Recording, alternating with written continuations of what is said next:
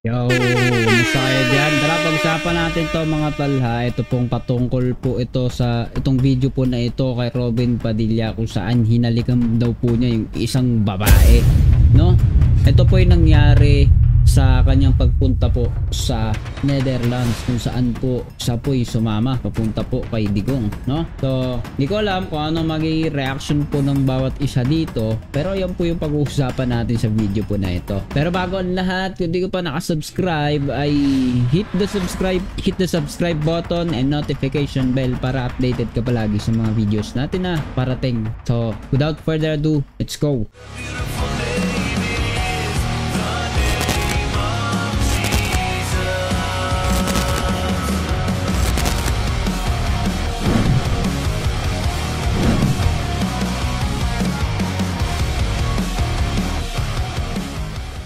So yun nga mga tol, pag-usapan po natin ito ha. Sabi po ay Robin Padilla, sininghot ang babae na katabi. Okay. So tignan natin kung gaano ko totoo. Ayan, ito ba yung AI? I don't think so ito ay AI, diba? Pero gayon pa man, panoorin po natin itong maiksing video po na ito. Huli sa video, Senator Robin Padilla, hinalikan ang isang babae habang nagpapakuha ng selfie. Usap-usapan ngayon sa social media ang kumakalat na video ng Senator-actor Robin Padilla kung saan makikitang hinalikan niya ang isang babaeng fan habang nagpapakuha ito ng selfie sa kanya.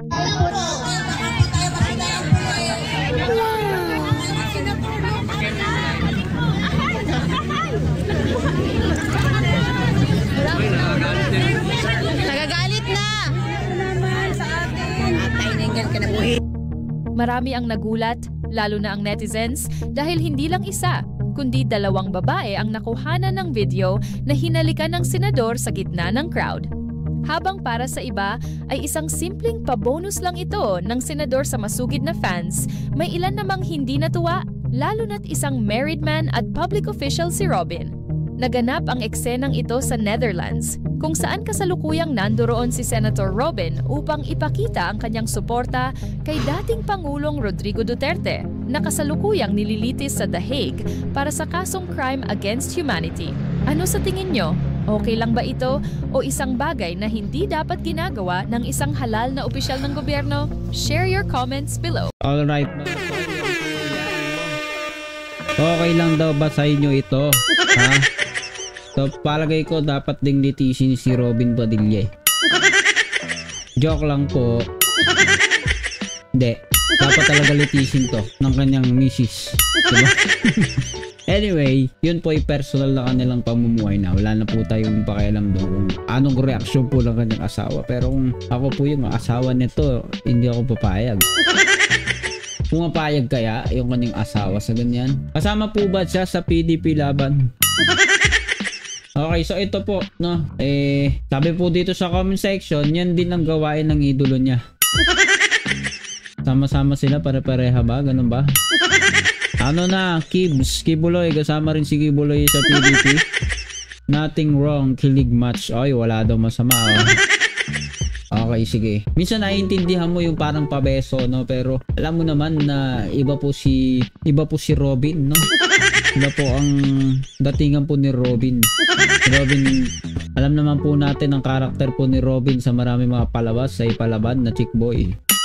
Pero dito, hindi ko alam kung siya po yung nagbago na dito, no? Kung anong dating ba nito, pero ako po ay naniniwala, ito po yung sumasalamin ng kanyang pagkatao. Anong ginagawa mo sa Netherlands?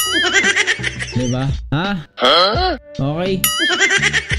So, sabi dito ng isang comment, na-miss si Mariel kaya sino na lang inalikan. Ganyan din Digong noon. Okay. So, ito naman nothing too serious dito, no? Sabi nila, diba? Ano naman dito? Wala naman daw mali dito. Pero para sa akin po, isa po itong basihan na pwede po natin tignan kung ano pong klase ng mga tao ang ating tinitignan po ng mga tao ngayon, no? Bawa, may iniidolo ka, ina-idol ka. Tignan mo yung karakter. Diba? Dapat bang ikaw ay natutuwa diyan? Anyway, wala naman talagang perfecto, diba? Lahat nagkakamali, pero publicly ganyan ka. Paano na pag private?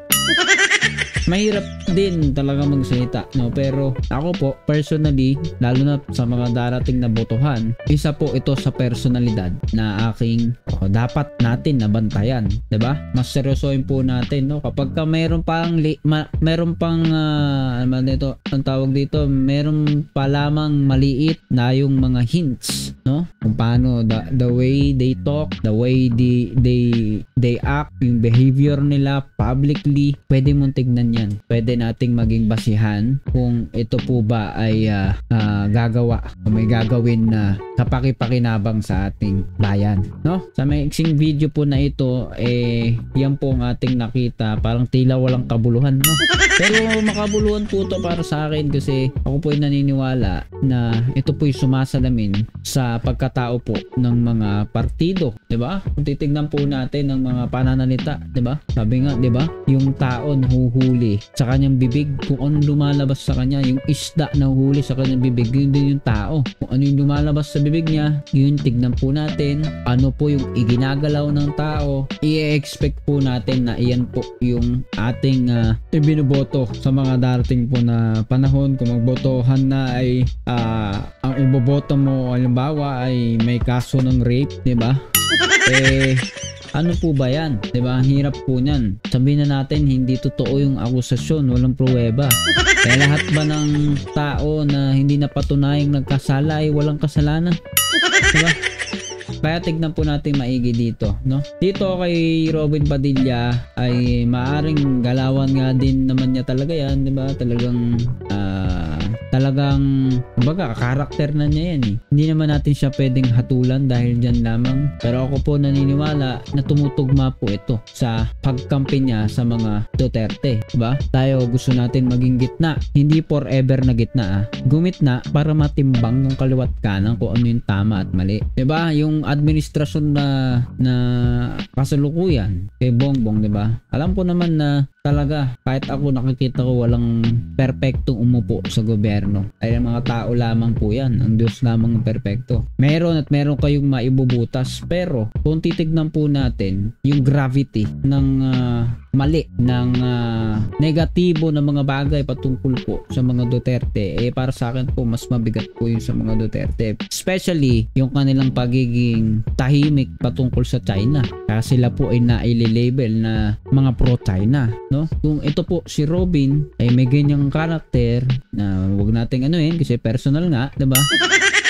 Huwag nating masyadong isipin muna ngayon yan. Pero si Robin sumusuporta sa mga tao na hindi tinitignan ang interes ng ating bansa. Habang nakatayo ka sa lupang Pilipinas, wala kang pakialam sa interes nito, sa karapatan nito, binabasura mo ang karapatan ng Pilipinas, yun po ay isang malaking kawalan ng respeto sa ating mga mamamayan. Hindi ko sinasabi na pro-China si Robin, pero tignan na lang po ninyo yung ginagawa niya at kung ano po yung mga sinasabi niya.